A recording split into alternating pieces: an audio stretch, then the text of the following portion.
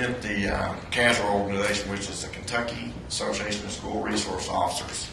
We strive to get more professionalism out of the officers because when the program was first started here in Kentucky, a lot of police departments didn't know how to use it.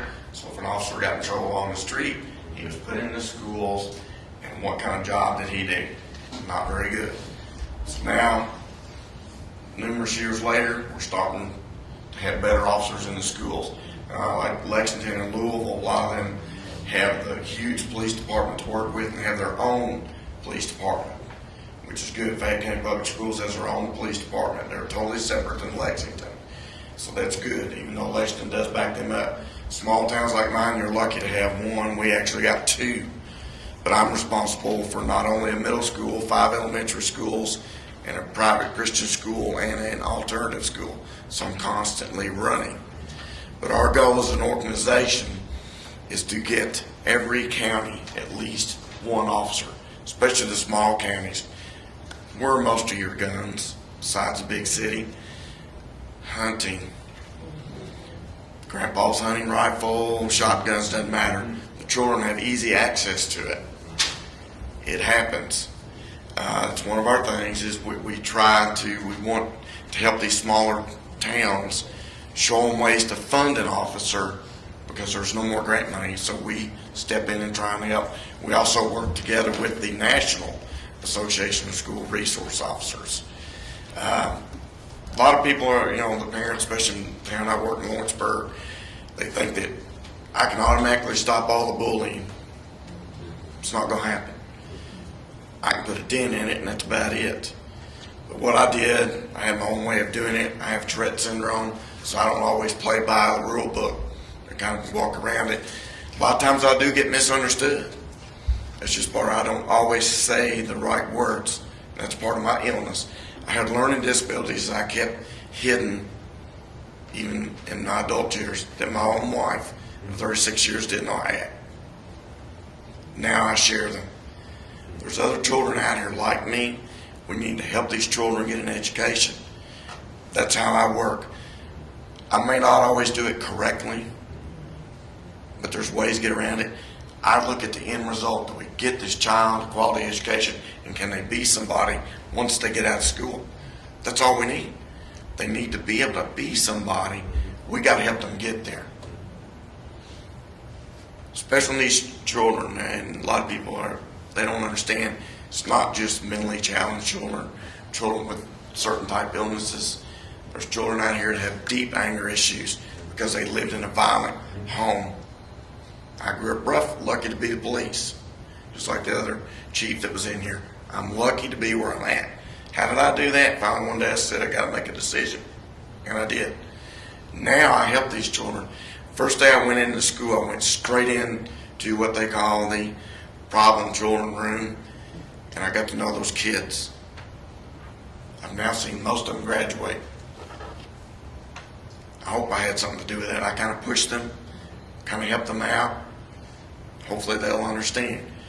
My logic as an adult, we'll all save that one child. We may never, ever know about it. But as long as we save one, we've done our job as adults. That's how I feel. Got told one time I police from the heart. I'll take that as a compliment. Always trying to treat people the way I wanted to be treated when I was young. And like I said, you heard me say earlier, I ran from the police one night. Drag race. He treated me right, but then there was other times I got pulled over because I had an old hot rod loud car, so I got pulled over a lot, whether I was doing something or not. So it depends on how that officer was. A lot of times, and I never was a big ticket rider, couldn't stand it. My logic, and I try and teach this to younger officers, if you walk up and the person goes, "Oh man, you got me," don't write them a ticket. Cut them a break. Chit chat with them. They'll help you. You work with people, and especially in a big city like this, and there's a murder by a gun, and you treated somebody with disrespect years ago, they're not going to help you. If you treated that person right, whether you had to arrest them or not, they'll walk by you because they don't want to be that snitch or rat, and they'll let you know. Say, "Hey, so-and-so did, he's standing right over there." Now, if I hadn't treated that person right years ago, do you think he would have come up and told me that? That's how I believe as officers, and that's what I want in the schools. I'm the big kid, and I get all the kids in trouble, so the teachers tell me. I don't know how to do it. I work with the children. I take them as the 8 hours I got them. They're my children. My son passed away in 2005, had cystic fibrosis. We always wanted more kids, couldn't have them, we were afraid to. So now I've got 900 plus kids in my middle school. I like that age, but like everybody was saying earlier, God, we need to start in elementary school, and I'm not kidding. These things are going to be the death of us. And I always hold this up, and kids, I ask them, what is this? They'll tell me it's a phone. No, it's a smart device. There's so many apps that these kids can download for free, and parents have no clue. So I don't always blame the child. I kind of help them once they mess up with using this thing. I go and get the parents go, listen, did you even know this app was on your child's phone? Right there it is. They have no idea. They don't use home computers a lot. They do this. Children don't have a lot of the skills that we grew up with, and just like we're using in this room right now. This is their skills. God, he's going to kill you tomorrow. I'm going to come to school and get you. Never meant to do that. I can step in. If you have that at school, the parent needs to come to the police department and file an official complaint. Our court system for juveniles, we need to fix it. It's really, really broken. Just like the young lady over here, I want to kind of clarify, she thought that I was saying it was okay to spank your child. I'm not one or the other for it. What I meant was, if you listen to my message, and that's what a lot of times I'm misunderstood, I don't get upset. Ask me later, and I'm glad I went over and talked to her because I think she now understands what I meant. If you listen to what I said, don't call 911 because mom and dad took your phone, the computer, or made you, and I responded to this call because I knew the young lady, and she asked for me. She was mad at mom because mom took this. Mom had her sitting at the kitchen table making her do her homework. That was abuse in her mom. She was being abused. No, this was giant thought she was being abused. We don't want children to dial 911 unless it's an absolute emergency that something is wrong. Their child gets people ball back, yeah. We're going to dial 911. I want to. Mom and dad used the wrong kind of language, just screaming and yelling because they had a bad day. You might want to not dial 911, but you can call us. I'm going to help mom and dad because a lot of people I deal with in the schools, and I learned this from day one, don't have correct parenting skills. It's our job to help them with it. That's what we call a resource officer. We're another resource, like the young ladies that were sitting over here, and the social workers, we're there too. We see it. A lot of times I see children, the teachers miss it. The reason I see it is I lived it. I grew up in it, so I know. And I walk by that children and make them seem office like. And I usually end up getting help. And in my world's worst end, if I can't help them, my dear son that did pass away always shows me a way. It's like he's always there. Dad, do this. And like I said, I had learned disability, so it's hard for me sometimes to always get my point across. Give me a chance and wait till you see the end result. That's all I ask of people. Be, like we've been talking about, be compassionate. There's people out here like me that are grown adults. I'm 55 years old. I was a misdiagnosed special needs child today.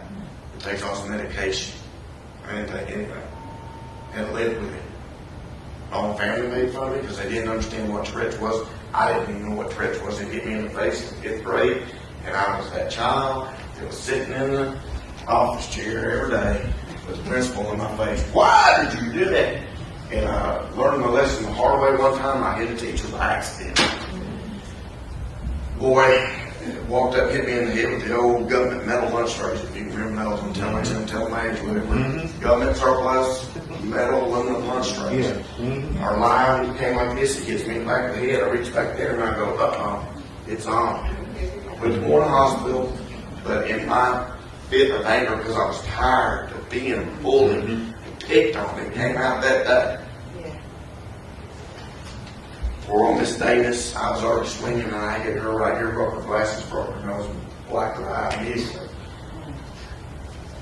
They called the county police, and I was like, "Oh, police, don't call my dad, call him." And they messed up calling my dad. Which they hadn't, but they did. Dad was old school, military, and that's how we were raised. So long story short, they were not going to charge me because Miss Davis stepped up and goes, "It was my fault. I didn't announce myself." And she didn't. She tried to jump in, and it happened. There was a black gentleman there that was our art teacher, Mr. Pennington. I finally, this past summer, got to tell him, I remember everything he told me that day, and I've lived by it ever since. So there's always that one teacher that will help the children. I don't know if I'm doing the right thing, but I'm the one that does it. If you need to get hold of me, I've got my own speaking company. I do not want proceeds. I just come. I'll pass them out later for them. I leave them over here. I call myself the anti-bully police of Kentucky. I will come to your school, church, youth group, doesn't matter to me, Boy Scouts, Girl Scouts. I'll do it all. And I travel all over the state. So like I say, anybody needs help, I'll do that. Parents don't know correct parenting? No, we have young. Where do they learn that? We have children raising children. How do we fix that? How do you fix that? I've had 13-year-olds pregnant from last year, and I may have one pregnant this year. I've had 12-year-olds pregnant. How do you fix that?